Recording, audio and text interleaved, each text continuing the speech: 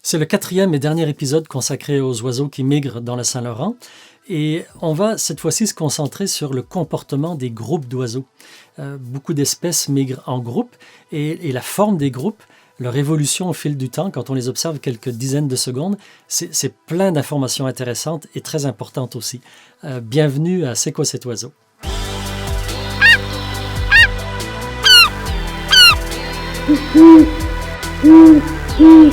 Ce dernier épisode sur les oiseaux marins est assez différent des précédents. On est en plein dans certaines spécificités du sea-watching ou du sea-watch, ou encore du guet à la mer si vous préférez. Et on va regarder des photos de groupes d'oiseaux, des garraux, des bernaches, macreuses, des eiders et puis d'autres aussi des cormorans, pour voir comment l'organisation des groupes diffère suivant les espèces. Certains sont très compacts, d'autres plus lâches, certains sont très coordonnés, d'autres pas du tout. Et en écoutant des personnes expérimentées, on voit comment ces caractéristiques sont très précieuses pour identifier les oiseaux, parfois pourtant qui sont incroyablement loin. Donc on poursuit avec Jesse et Michael qui passent des centaines d'heures à observer la migration dans le Saint-Laurent, au quai de Pointe-au-Père, près de Rimouski, et puis aussi pour Jesse à Tadoussac. Là, Michael, on a un premier groupe, d'ailleurs c'est toi qui as pris la photo. Et bon, qu'est-ce que tu peux dire du groupe? Je pense qu'on a plusieurs espèces d'après ce que je peux voir. Ça, c'est une photo déjà typique du bord du fleuve du Bas-Saint-Laurent. On voit la côte nord en arrière. C'est vraiment la carte postale du quai de Pointe-au-Père. Et puis là, on voit un groupe donc de garrots, hein, globalement. On voit comme on en avait déjà parlé, on voit la plage blanche vraiment étendue, sans discontinuité chez les mâles sur l'aile. Donc, on est sur des garraux œil d'or. La tache blanche entre le bec et l'œil nous le confirme. Et puis, on a un petit invité un petit intrus qui s'est invité dans le groupe. On voit avec le profil vraiment plus allongé, le cou très long, le bec très fin, très long, qui pointe un peu vers le haut comme ça. Donc là, on a un harlupé qui les accompagne. Puis ça, c'est vraiment pas rare hein, dans les groupes de canards qui vont longer finalement la côte. On a très souvent un ou deux ou quelques individus d'une autre espèce, voire même de deux autres espèces qui peuvent accompagner un groupe qui est composé d'une espèce dominante. Ça, c'est vraiment assez régulier. Donc, c'est pour ça que tous les groupes, une fois qu'on a identifié l'espèce dominante dans le groupe, il faut quand même garder un œil pour voir s'il n'y a pas un intrus à l'intérieur. Est-ce que c'est un hasard ou c'est fréquent que l'intrus, si on peut l'appeler comme ça, est tout à la fin ou tout au début, ou c'est juste un hasard ici? Non, c'est pas un hasard. Suivant la taille des oiseaux, suivant les vitesses de vol, on va en avoir plus, on va les avoir plus fréquemment à l'avant et d'autres plus fréquemment à l'arrière, en fonction du nombre d'individus aussi, je pense, d'intrus, entre guillemets, qui va y avoir, ça peut aussi influencer. C'est quand même plus régulièrement à l'arrière, souvent, surtout quand il y en a un individu comme ça. Mais pour d'autres espèces, ça pourrait être plus systématiquement à l'avant. Pour un Arle, franchement, je ne sais pas s'il y a une tendance, mais il n'y a rien de surprenant à voir le Arle à la fin. Et puis, c'est plus fréquemment de le voir à la fin qu'au milieu, en tout cas. C'est possible qu'il y ait des articles scientifiques qui décrivent ce phénomène-là, des groupes mixtes et Effectivement. pourquoi. Bon, là, on a encore un autre groupe. C'est une photo, Jesse, que tu as prise probablement ouais, au quai de Pointe-au-Père aussi. Et puis là, on est au ras de l'eau. Alors, est-ce qu'il y a des intrus? Oui, moi j'ai l'impression de voir un tas de canards à l'avant qui sont, on dirait, intrus à travers du groupe, hein. Puis on voit, bon, on arrive à identifier les autres tout de suite hein, avec leur corps très noir, leur cou foncé, puis les petites fesses, la queue qui est blanche. Ça pour moi c'est des bernaches cravants, hein. Ils ont le cou très petit aussi par rapport aux autres bernaches. Les bernaches cravants, donc. On dirait des gros cacahuètes. Moi, c'est toujours Ah ça oui, que je me dis. ah oui, c'est ça que ça. Puis devant, on a une espèce de canard barboteur qui ont été identifiés sur le terrain comme des pilets, des canards pilets. Là, en ce moment, je sais pas si on pourrait y arriver à les identifier. On le voit un peu. Ouais, j'ai Hmm. zoomé un peu, là, en zoomant, on le voit. J'ai d'autres photos, je pense, mais leur allure plus fine, leur cou, leur élégance, on dirait, j'ai l'impression qu'à n'importe quelle distance, j'arriverais à identifier un canard pilet. Il s'est fait tirer des deux côtés, là. Oui, exactement, c'est ça. Il a un bec, une tête, un cou très fin et allongé, une longue queue, des ailes plus fines et puis un corps même assez élégant. Il est vraiment très élégant et puis il va se démarquer parce que tous les autres canards, globalement, ils ont un gros corps, ils ont des coups Mhm. plus ou moins là. Enfin, tu sais, quand on pense au chipot versus le colvert, ça va être vraiment très similaire, ça va se jouer sur des subtilités. Le pilet, c'est vraiment très effilé, très élégant. Et même sur la photo, on devine quand même des petites lignes blanches au niveau des miroirs aussi, qui est Mm. typique des canards pilés. Donc, en plus de la silhouette, on a quand même quelques critères de plumage qu'on devine. Mm. Mais ouais, vraiment, je suis d'accord avec JC. C'est sans doute un des barboteurs les plus faciles à distinguer. Les bernaches du Canada sont assez vocales quand elles volent. Et les bernaches Mm. cravants, est-ce qu'elles sont plutôt silencieuses, plutôt Elles vocales? elles sont quand même assez vocales, Oui, mais elles crient moins fort. Fait que je mm, pense qu'on les entendrait de moins loin. c'est vrai. Mais elles sont quand même assez vocales. Elles font des prrr, prrr, des trucs comme ça pas mal tout le temps quand ils sont en vol. Oui, Puis on les entend quand même des fois arriver. ouais, Puis par contre, les barboteurs, eux autres, sont absolument silencieux. Mais complètement. je me demandais, on parlait justement des oiseaux qui restaient en arrière ou en avant. Puis ça peut peut-être avoir à être la conséquence d'une vitesse de vol différente. On en parlait un peu avant.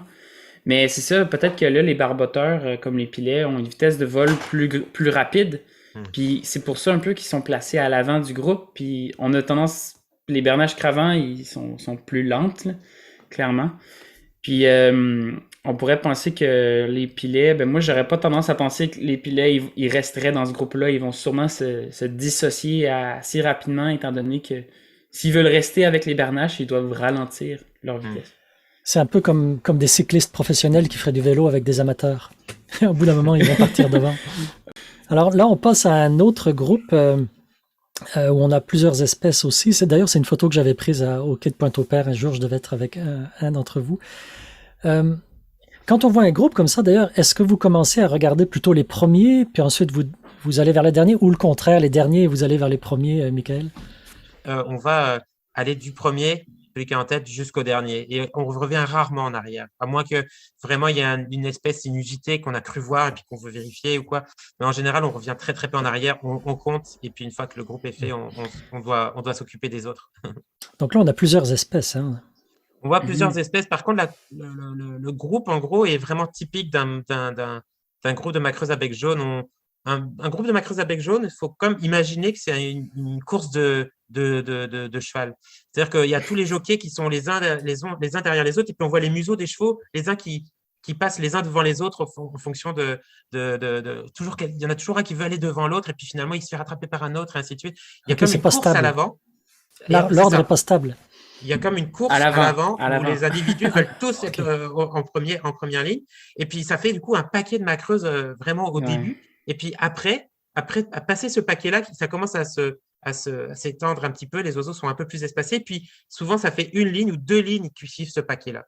Mhm. Ça sera jamais un V bien structuré Ok. comme des oies ou des oies, par Ok. exemple. Donc le C'est paquet vraiment, qu'on voit à droite là, ouais, ouais. c'est un peu typique. C'est pas juste un hasard là. C'est souvent comme C'est ça. le début de la photo. C'est vraiment ça.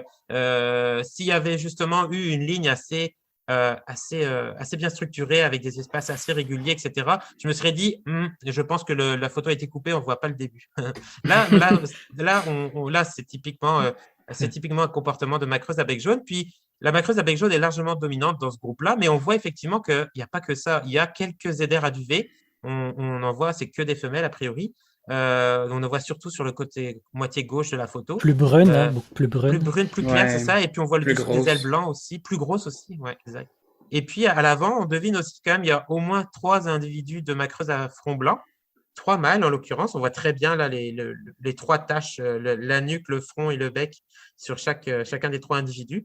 Et puis donc ils vont se mêler aux autres et puis finalement qui vont comme adopter un petit peu leur comportement de vol aussi, de par le fait que la bec jaune est largement Mm. majoritaire. Mais quand il y a un groupe quasiment dominant de macreuses à front blanc, on va avoir un groupe qui va être un peu plus, un peu mieux structuré. Disons que les individus sont un peu plus espacés les uns par rapport aux autres. Souvent, ils se mettent sur plusieurs étages. Le groupe est un peu plus homogène, on va dire. Euh, il y a moins de rassemblements au début. C'est ça. Ils sont un peu plus disciplinés, disons. Ouais. On dirait que c'est surtout des mâles de macreuse et des Ouais. femelles d'eider. Comment C'est vrai. t'expliquerais ça, Michael, qu'il y a juste des mâles chez les macreuses? C'est clairement une histoire de phénologie. Les mâles ont tendance à arriver bien plus tôt que les femelles. Et puis, on a 2 pics de migration au printemps et à l'automne chez les macreuses. On est le 4 octobre, Michael. Ce Ok. serait le début du passage des macreuses? Oui, le pic en tout cas. Ouais, c'est le pic de passage de Le pic, c'est dans les premiers jours d'octobre, typiquement. Et puis, autour du 20, 15-20, peut-être, autour du 15-20, on va avoir une deuxième vague et ça sera dominance de jeunes et de femelles. C'est Ouais. c'est fou tout ce qu'on peut dire à partir d'une seule photo. photo d'un groupe d'oiseaux sur l'eau. Ouais, puis on a affaire à que des mâles adultes en plus, là, si on est oui. à l'automne, là, donc... Tout à fait. Effectivement. Ouais, bon, Oui. c'est super intéressant. Là, j'ai une autre photo qui a été prise à Rivière-Ouelle par Thomas. Alors, c'est très loin. Et Jesse, je pense par contre que tu peux identifier assez facilement quand même. Oui, je pense que c'est assez typique là, des eider à duvet, hein, qu'on voit des oiseaux blancs puis des noirs aussi facilement de très loin. C'est sûr et certain qu'on a des eider à duvet. Puis en aussi grand nombre aussi dans le Saint-Laurent, c'est... Es-tu capable d'évaluer le nombre? Tu vas essayer de les compter? Ben, si c'est lors d'un suivi, là, je vais m'y mettre assez profondément, puis je vais estimer tout ce que je peux compter là, en partant de là où ils arrivent, dans des premiers qui sont à gauche. Le fait qu'il y ait un amoncellement à gauche, ça nous fait conclure que bon, ils vont à gauche. J'aurais commencé par estimer combien sont le groupe qui est en avant, qui est serré. Puis ensuite, j'aurais continué, puis j'aurais identifié, ben on sépare, disons, on prend les gros groupes, on les estime. Ensuite, les petits groupes, bon, on va les estimer peut-être, mais on peut aussi les compter un par un. Puis après ça, c'est d'additionner tout ça, puis ça peut être assez compliqué. Mais est-ce que tu vas dire, OK, là, il y en a une dizaine, puis tu multiplies comme ça? Enfin, c'est quoi la technique ou l'approche? Là, je pense que j'irais par groupe de 10. En partant du bout, là, je sais pas, j'aurais peut-être mis même 100 dans le groupe du début, 150. Puis après ça, j'aurais continué, j'aurais peut-être fait 10, 20, 30, 40, 50, 60. J'aurais été compté comme ça rapidement, tu sais, c'est vraiment rapidement. Les gens te demandent souvent comment tu fais pour estimer des groupes aussi rapidement, puis c'est vraiment avec l'expérience. Plus t'en fais, mieux, plus t'es bon, en fait, c'est ça le truc. J'aurais peut-être mis 500, là. Maintenant que je recompte en l'intérieur en 15 secondes, là, j'aurais peut-être mis 450, 500, Ouais, ouais. j'étais à 450 aussi. Mais en tout cas, je comptais pendant que tu parlais. On sous-estime toujours, hein. Je pense que Je pense, c'est ouais. ça Je suis convaincu qu'il y en a plus que ça, ouais. Mais bon, Il faut toujours être conservateur, faut toujours l'être. Ouais. exact. OK, alors, c'est l'avant-dernière photo.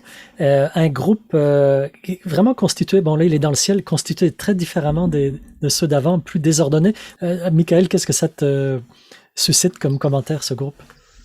Déjà, l'organisation du groupe, il est à la fois typique et à la fois pas exclusif, dans le sens où on est sur du cormoran aigrette ici. S'il y a bien un groupe qui peut avoir ce genre de structure de vol, les cormorans peuvent très bien le faire, ça c'est sûr. Et puis, il n'y a pas beaucoup d'autres espèces de grands voiliers comme eux qui peuvent le faire de cette façon-là. Par contre, ils peuvent aussi très bien faire des V tels des oies. Donc, c'est ça, c'est à la fois typique de eux, mais eux peuvent aussi avoir d'autres systèmes de vol. Donc, ces vols de cormorans, quand ils sont en ligne notamment, ils ont un comportement très spécial, c'est qu'ils ont tendance à onduler. Le groupe, là, quand ils sont ça fait des longues files comme ça, ils ont tendance à onduler comme un peu une aurore boréale, à monter, à descendre, à bouger comme ça. Tandis qu'un vol d'oie ou de bernache ou des cygnes ou quoi, bah, ça va être un vol droit, sans aucune ondulation. Donc ça, c'est vraiment quelque chose qu'on observe de façon vraiment systématique dans les groupes de cormorans. Quand on les voit qui descendent vers l'eau, qui remontent comme ça, quand on les voit arriver comme ça, on se dit, OK, c'est des cormorans, ça ne peut pas être des bernaches ou autre chose. Oui, parce que sinon, un vol en V de cormoran de très loin, ça peut ressembler à un vol en V de bernache. Complètement, c'est des grands oiseaux foncés. Ouais, non, ça serait très contre-jour, facile de les confondre. Donc, voir un peu comment évolue le groupe. Ne pas trop, au-delà de la structure, voir comment ça bouge ou que ça bouge Ouais. pas, que ça reste fixe, droit sur leur direction de vol. Ouais. Donc, C'est c'est ça. Sinon, voilà, un oiseau tout noir de grande taille avec le cou étendu. ouais. On n'a pas beaucoup d'espèces avec Ouais. lesquelles les confondre. C'est une bonne habitude à prendre quand on voit, d'ailleurs pour tous les oiseaux, quand on voit un oiseau de proche, puis qui s'éloigne, de continuer à le regarder et de continuer d'observer ce que l'on peut distinguer ou ce que l'on perd ou ce que l'on gagne. Parce que de très loin, c'est pas du tout les mêmes critères, mais si on a déjà identifié l'oiseau, c'est intéressant d'apprendre à l'identifier de loin. Oui, complètement. Jesse pourrait en parler beaucoup avec les passereaux, notamment, quand ils voient les oiseaux en vol et puis qu'ils sont tout seuls ou qu'ils sont un peu plus, Ouais. ils sont muets. C'est clair que le vol, la structure de vol, plus il en aura vu, plus il aura suivi l'oiseau. Une fois identifié, le fait de le suivre, c'est aussi intéressant parce qu'on s'imprègne Très du intéressant. vol en connaissant l'espèce. Autant une mésange qu'un cormoran, c'est intéressant de le suivre en vol pour l'identifier plus tard après. Ouais. Parfait. La dernière photo, là, je l'ai mise en dernier parce qu'on est au lever du soleil, on voit les belles couleurs du lever du soleil. Et Jessie, je te laisse décrire peut-être. Ben, je me dis, ouais, on voit bien les lueurs, les premières lueurs du soleil, ou on pourrait penser à un coucher de soleil ici. Ouais. Mais je pense que ce que ça démontre, comme on disait, c'est qu'il y a plein d'oiseaux qui passent très, très, très tôt. Puis que les oiseaux marins, là, pour nos suivis, puis en général, il y a vraiment des mouvements qui se font très tôt, même dans la nuit.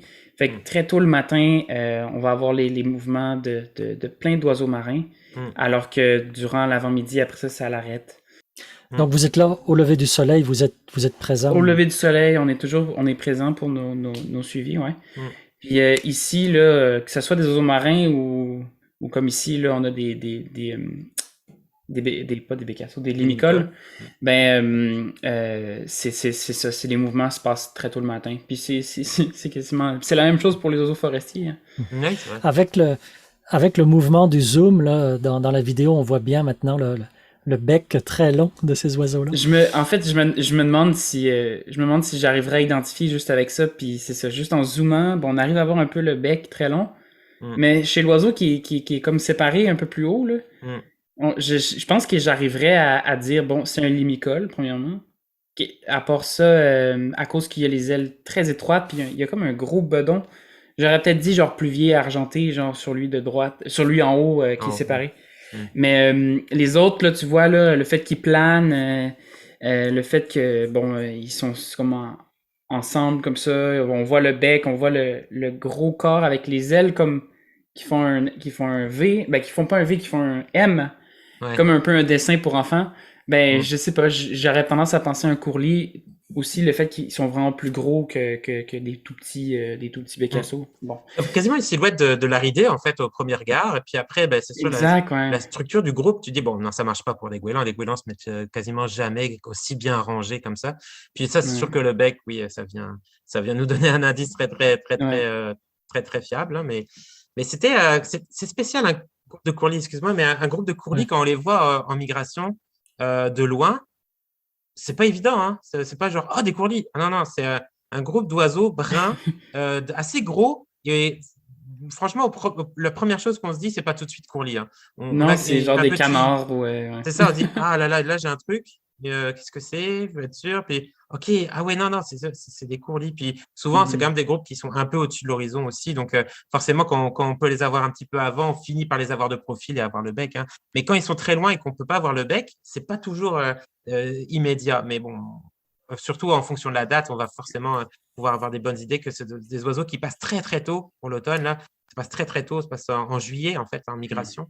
Et puis, on s'est aperçu qu'au Quai de Pointe-au-Père, en juillet, on pouvait avoir des journées à 500 courlis qui passaient en migration. Puis, c'est vraiment des oiseaux très intéressants. Et puis, assez, je trouve, excitant à suivre en migration. Quand on zoome sur les individus les plus à droite, on voit le bec qui est recourbé. Donc là on peut facilement identifier. Ouais. Et Jesse, ton employeur va pas écouter la vidéo là. Est-ce que ça t'arrive de pas avoir envie de te lever le matin pour aller observer? Mon employeur, oui, il écoutera pas la vidéo, il va m'entendre. Mais oui, ça l'arrive parce que ça peut être la fatigue, ça peut être de pas savoir, disons, en fait. Ça peut être aussi, je pense en fait quasiment juste la fatigue, en fait, en gros. Tu te lèves, puis t'es là, tu sais, faut que tu partes et tout. Mais il y a une chose, c'est que à chaque fois que j'arrive au quai, je suis jamais déçu, puis je suis toujours content de m'être levé, même si j'étais pas Ouais. motivé au départ. Ouais. Mais ça, c'est un peu universel, hein. Le matin, c'est dur de sortir de son lit, mais quand tu es dehors, Ouais. jamais tu le regrettes. Non, c'est ça. Puis quand t'arrives au quai, tu te dis, ah ouais, je suis là, puis je suis à l'heure. Puis il y a des oiseaux, fait que puis tu regrettes jamais. En fait, tu vas toujours regretter de pas y être allé. Oui. Ah, c'est vrai. Ouais. C'est vrai. Je suis complètement d'accord. Et puis, ce fait-là, puis c'est surtout beaucoup l'accumulation aussi hein, au cours de la saison. Ouais. Jesse, moi, et puis ceux qui s'occupent des stations de bagages, etc. C'est tellement tôt le matin que l'accumulation de fatigue se fait parce qu'on a envie de vivre en dehors de nos journées de suivi. Et puis, quand on se lève à 3 heures du matin ou 4 heures, et la veille au soir, on n'est pas toujours envie de se coucher à 7h30. Hein, donc, c'est Mhm. vrai qu'il y a des soirs où on se dit, bon, demain matin, ça va être dur. Hein, puis ça loupe pas en général. Hein, donc, c'est vraiment Mais ressourçant. moi, j'ai une plainte à formuler, c'est que dans l'Est du Québec, le soleil se lève beaucoup trop tôt. Oui. Beaucoup trop tôt. Surtout en juin, là, Ah ouais. quand, C'est affreux. quand tu dois être à 4h15 au bout du quai, là, à fin mai, là, ouf. Ouais. Ah ouais, c'est Ça ça. pique. Les Ouais. stations de bagages, c'est très très tôt. C'est 3h15 du matin à peu près Ouais, c'est ça. quand on bague début juin. Là. Ouais. Bon, merci encore, Michael et Jesse. J'ai vraiment aimé cet épisode parce qu'on s'est éloigné un petit peu de l'identification à la fin, mais ça nous a permis de parler des techniques de suivi, comment on compte les oiseaux. Et je trouve ça intéressant parce que de plus en plus, on a tendance à faire des feuillets eBird. C'est une Mhm. habitude qui se répand puis qui est excellente parce qu'on accumule beaucoup d'informations qui va être une mine d'or. Imaginons dans un siècle, ça va être Mhm. extraordinaire de voir tout ce que les gens observaient. Et donc là, on enregistre un 23 mars, hein, la migration des oiseaux va commencer. Puis je voulais terminer en vous demandant, peut-être Jesse et puis après Michael, c'est quoi votre plus beau souvenir lorsque vous avez observé la migration le matin au quai de Pointe-au-Père? Ah ouais, ok, c'est assez spécifique. Moi, je pense, vite comme ça, je me dis, c'est l'observation que j'ai faite d'une mouette blanche il y a quelques années. Puis c'était pareil, c'est comme on en parlait un peu de la motivation. C'était un matin où tu te lèves, bon, c'est quoi, c'est un 16 mars ou un 17 mars, je m'en C'est rappelle ça. plus. Ouais, Tu c'est ça. sais qu'il y aura pas beaucoup d'oiseaux, tu sais que Mm. c'est très tôt en saison puis qu'il fait froid, Ouais. tu vas te geler le cul comme on dit. Puis tu vas mais tu y vas pareil, puis t'arrives là, puis t'es content d'y être. Puis en plus, tu y vas dans l'espoir toujours de voir des trucs un peu spéciaux. Puis là, une mouette blanche qui arrive du large, repérée de loin, puis la voir arriver, puis là, d'avoir le temps de sortir son appareil photo et de la prendre en photo, ben là, je pense que ça a été le moment le plus marquant, je pense, pour moi. Puis Ah ouais. de pouvoir l'observer ensuite après, de pouvoir appeler des gens qui viennent la voir. Ben, il y a personne qui a pu la voir parce qu'elle est partie Partager. J'avais des bonnes juste preuves avant. Elle est partie juste avant que, que les que premiers les arrivent. gens arrivent. Si j'avais pas eu d'appareil photo, ça aurait paru Ouais. suspect. Puis toi, Michael? Moi, je pense que le plus marquant, ça a été la première année où je suis allé faire un suivi au printemps. C'était en 2014. J'étais avec un ami à moi qui était un stagiaire à l'époque. Puis Thomas Girski avec moi. Puis on regardait. Puis on venait de France. Moi, ça faisait quelques mois que j'étais là quand même. Lui, ça faisait même pas un mois. Et puis on s'installe autour du 10 mai ou du 12 mai, je sais plus. Puis on s'installe au bout du quai. Puis là, on a une ambiance incroyable qui commence. On entend miauler déjà. On entend des plongeons catamarans qui miaulent en mer. J'étais là, waouh, ok. Puis là, on regarde en mer au large. Puis il y a un défilé continu d'oiseaux. Puis là, ok, c'est des plongeons catamarans. Ok, ouais. Ouais, on va compter, on va compter. On commence à compter. Puis là, au bout de ma première heure, j'étais arrivé à 2000 sur mon compteur.